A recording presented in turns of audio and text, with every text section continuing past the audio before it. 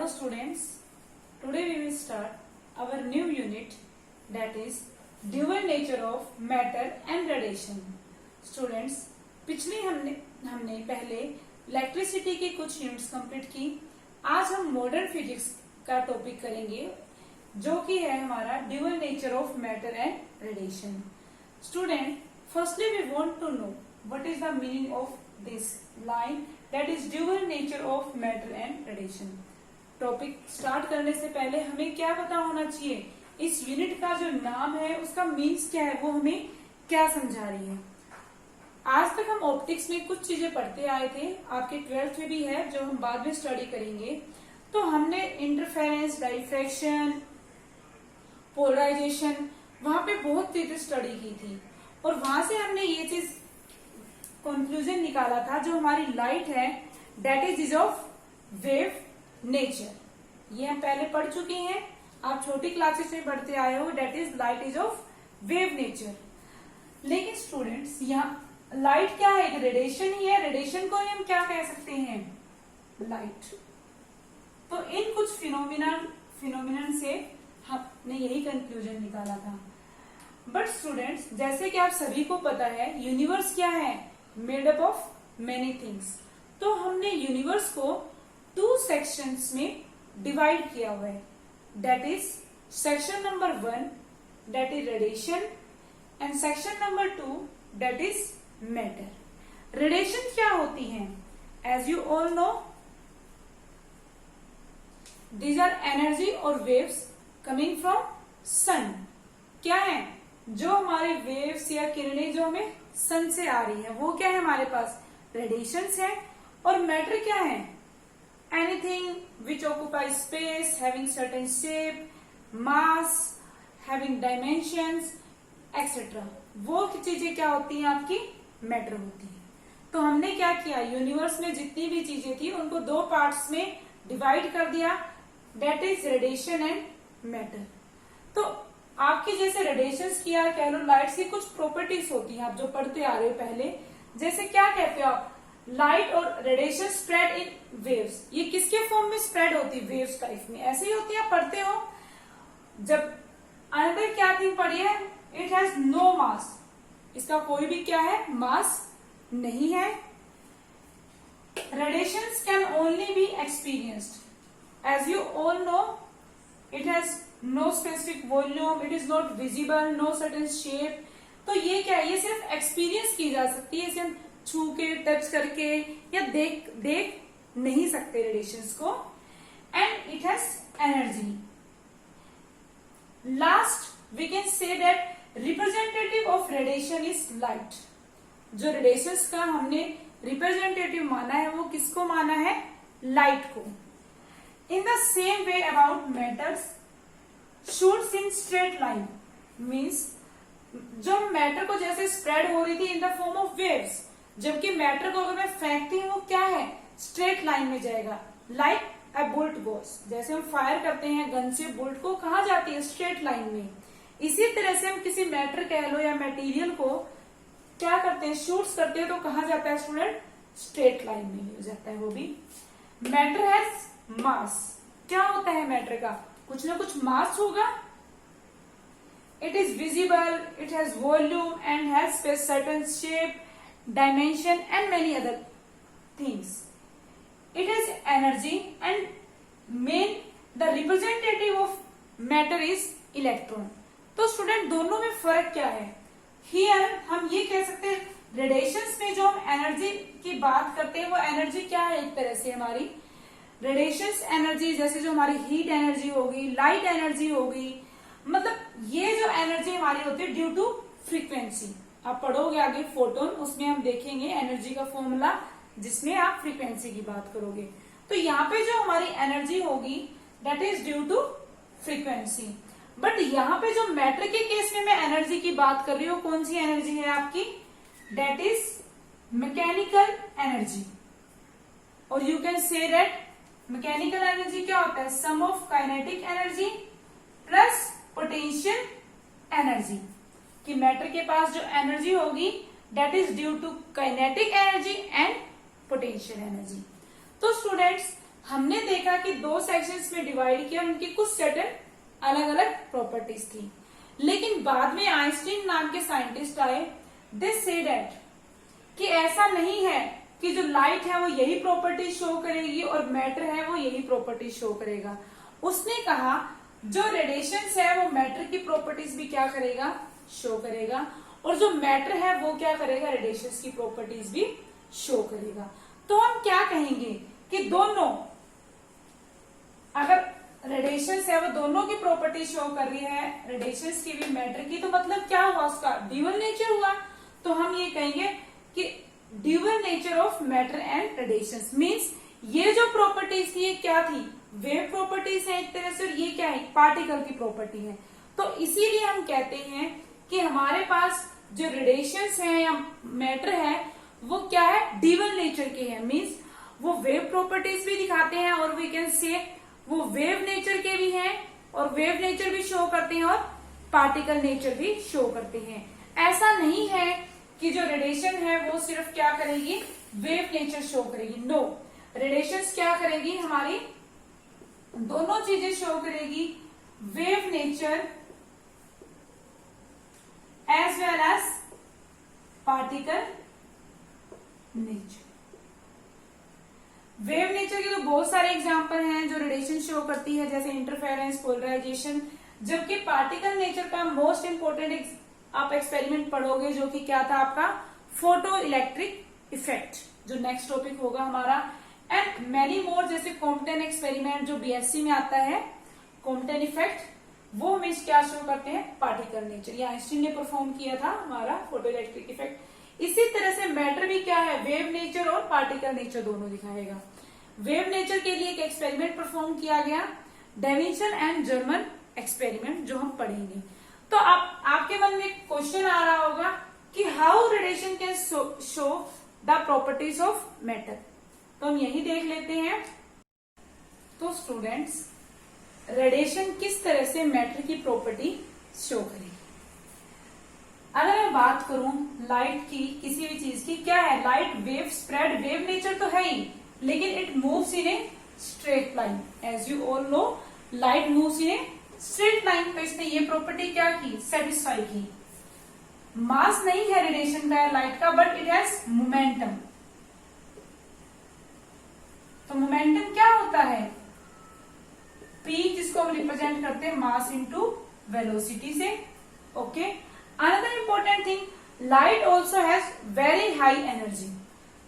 उसके पास फ्रीक्वेंसी के कारण तो एनर्जी होती ही होती है, साथ में लाइट के पास भी क्या होती है, energy due to kinetic energy, और we can say that it has mechanical energy. तो स्टूडेंट्स, इस तरह से हमने देखा कि दोनों एक दूसरे की प्रॉपर्टीज क्या कर रहे हैं, सेटिस्फाई कर रहे हैं। तो जो आपके रेडिएशन है या मैटर है वो दोनों ही wave nature as well as particle nature show करते हैं, और दोनों ही नेचर शो करने के कारण हम ये कहते हैं कि that radiation and matter has dual nature. तो स्टूडेंट्स, हमारा नेक्स्ट टॉपिक है electron emission. Student, as you all know कि अगर कोई भी हमारे पास क्या है, मैटर है, उसके अंदर क्या होते हैं, बहुत सारे एटम्स, और एटम्स में क्या होंगे, electrons. As you all know कि जो आउटर मोस्ट शेल में जो इलेक्ट्रॉन्स हैं वो क्या होते हैं, लूजली बाउंड। लूजली बाउंड है, जिन्हें हम क्या कहते हैं, वैलेंस इलेक्ट्रॉन भी नाम देते हैं, जो आउटर मोस्ट शेल में जो इलेक्ट्रॉन है। तो स्टूडेंट, जो ये लूजली बाउंड हमारे पास इलेक्ट्रॉन्स हैं, क्या होते हैं, क्योंकि लूजली बाउंड होने के कारण वो फ्री होते हैं to move within the surface of metal. जो मेटल की सरफेस है उस पे वो क्या कर सकते हैं, फ्रीली मूव कर सकते हैं, बट वो मेटल से बाहर नहीं जा सकते। ऐसा नहीं कोई इलेक्ट्रॉन और मेटल से बाहर चले जाएंगे, no, they are free to move within the metal surface. Metal की सरफेस पे ही फ्रीली मूव कर सकते हैं। जैसे मैंने कोई भी एक मेटल ले लिया और क्या किया,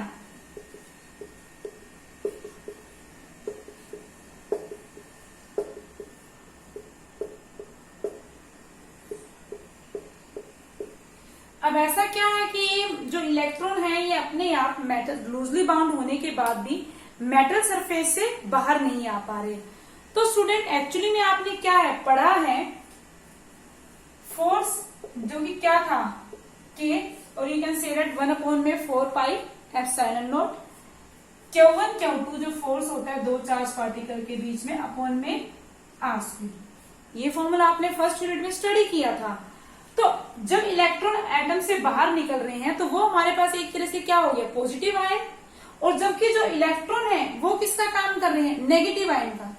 तो हमारे पास प्लस और माइनस दोनों साइन है, और दोनों के बीच एक पॉजिटिव एक नेगेटिव, दोनों के बीच क्या होगा, अट्रैक्टिव फोर्स होगा, अट्रैक्टिव फोर्स होगा। तो ये जो अट्रैक्टिव फोर्स है इतना ज्यादा है, इतना स्ट्रॉन्ग है कि इस अट्रैक्टिव फोर्स की वजह से जो इलेक्ट्रॉन है आपका वो मेटल सरफेस से क्या नहीं आ पा रहा, बाहर नहीं आ पा रहा।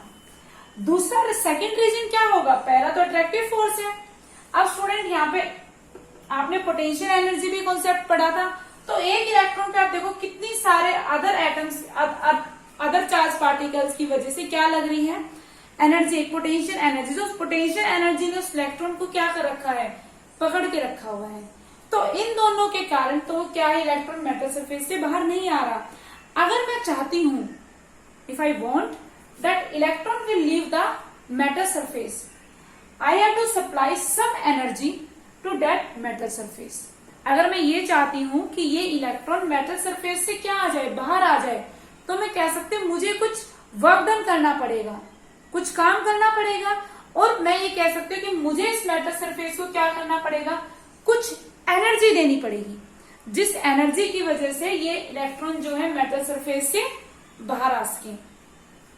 तो स्टूडेंट ये जो हम एनर्जी मेटल सरफेस को देते हैं इलेक्ट्रॉन्स को बाहर निकालने के लिए मेटल से, इसी को हम क्या नाम देते हैं, वर्क फंक्शन।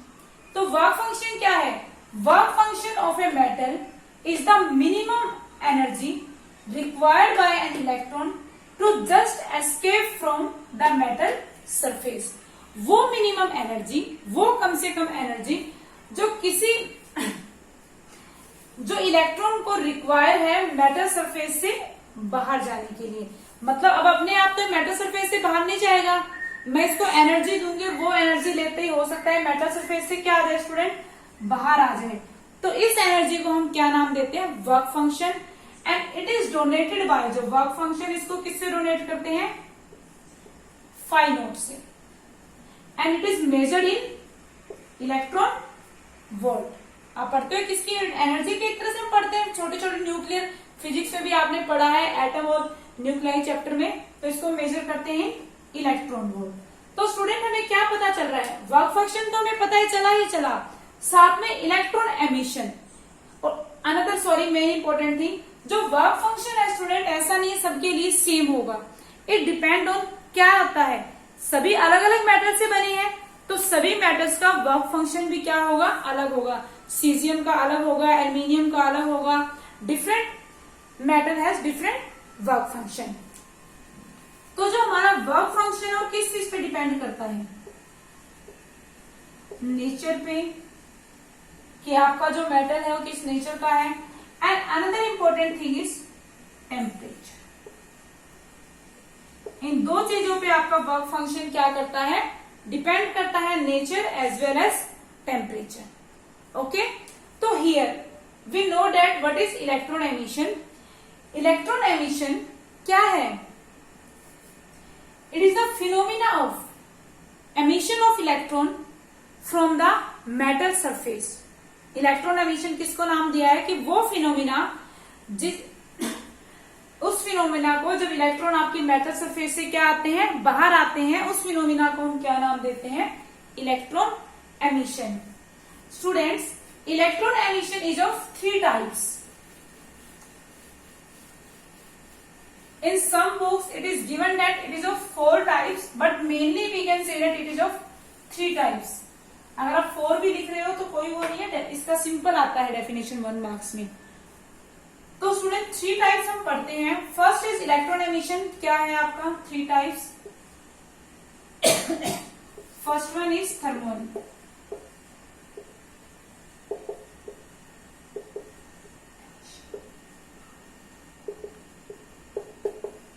थर्मोनिक एमिशन, जैसे नाम से ही पता चल रहा है हीट, यही होता है इसका मतलब थर्मल हीट।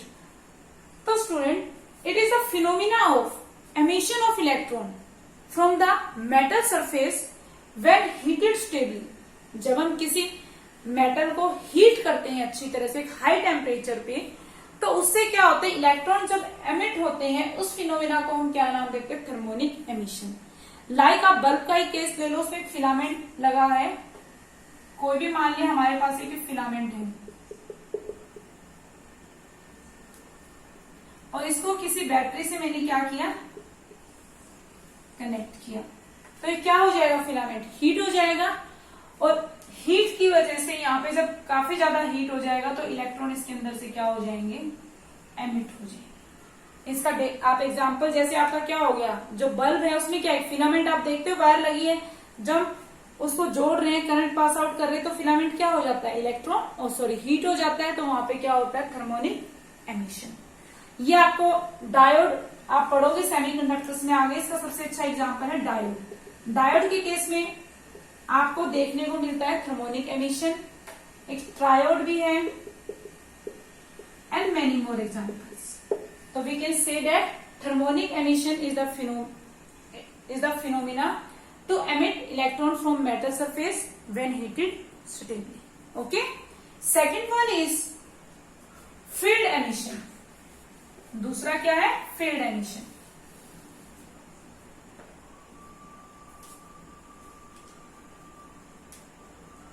तो उसमें जो इलेक्ट्रॉन का एमिशन हो रहा था किसकी वजह से हो रहा था, हीट की वजह से। जैसे यहाँ पे नाम से ही पता चल रहा है, यहाँ पे जो इलेक्ट्रॉन का एमिशन होगा मेटल सरफेस से, किसकी वजह से होगा, फील्ड, या फिर कह सकते हैं इलेक्ट्रिक फील्ड की वजह से। जैसे मैंने क्या किया, कोई एक मेटल ले लिया, मेटल प्लेट, और उसको मैंने क्या किया, एक स्ट्रॉन्ग इलेक्ट्रिक फील्ड के बीच रख दिया। स्ट्रॉन्ग इलेक्ट्रिक फील्ड हम कैसे क्रिएट कर सकते हैं कि दो मेटल प्लेट्स ले लें, एक हाईली पॉजिटिव चार्ज एंड एक हाईली नेगेटिवली चार्ज। ये टॉपिक हो चुके हैं आपके। तो यहाँ पे क्या होगी, इसके बीच स्ट्रॉन्ग इलेक्ट्रिक फील्ड क्रिएट होगी। तो स्ट्रॉन्ग इलेक्ट्रिक फील्ड के बीच में जब मैं किसी मेटल को रखूंगी तो वो स्ट्रॉन्ग इलेक्ट्रिक फील्ड क्या करेगी, उसके ऊपर फोर्स लगाएगी, और उस फोर्स की वजह से जो इलेक्ट्रॉन है आपके मेटल सरफेस से क्या हो जाएंगे, एमिट हो जाएंगे। So we can say that field emission, it is the phenomena of emission of electron from the metal surface by the application of strong electric field। जब हम किसी मेटल पे स्ट्रॉन्ग इलेक्ट्रिक फील्ड लगाते हैं तो उसकी वजह से जब इलेक्ट्रॉन्स का एमिशन होता है उसे हम क्या कहते हैं, field emission. And last one is photo electric emission. I repeat, last is third one, photo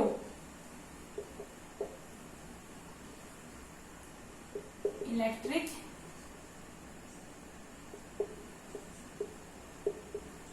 नाम से ही पता चल रहा है, फोटो मीन्स क्या होता है, light. Photo electric emission, it is the phenomena of emission of electron from the metal surface when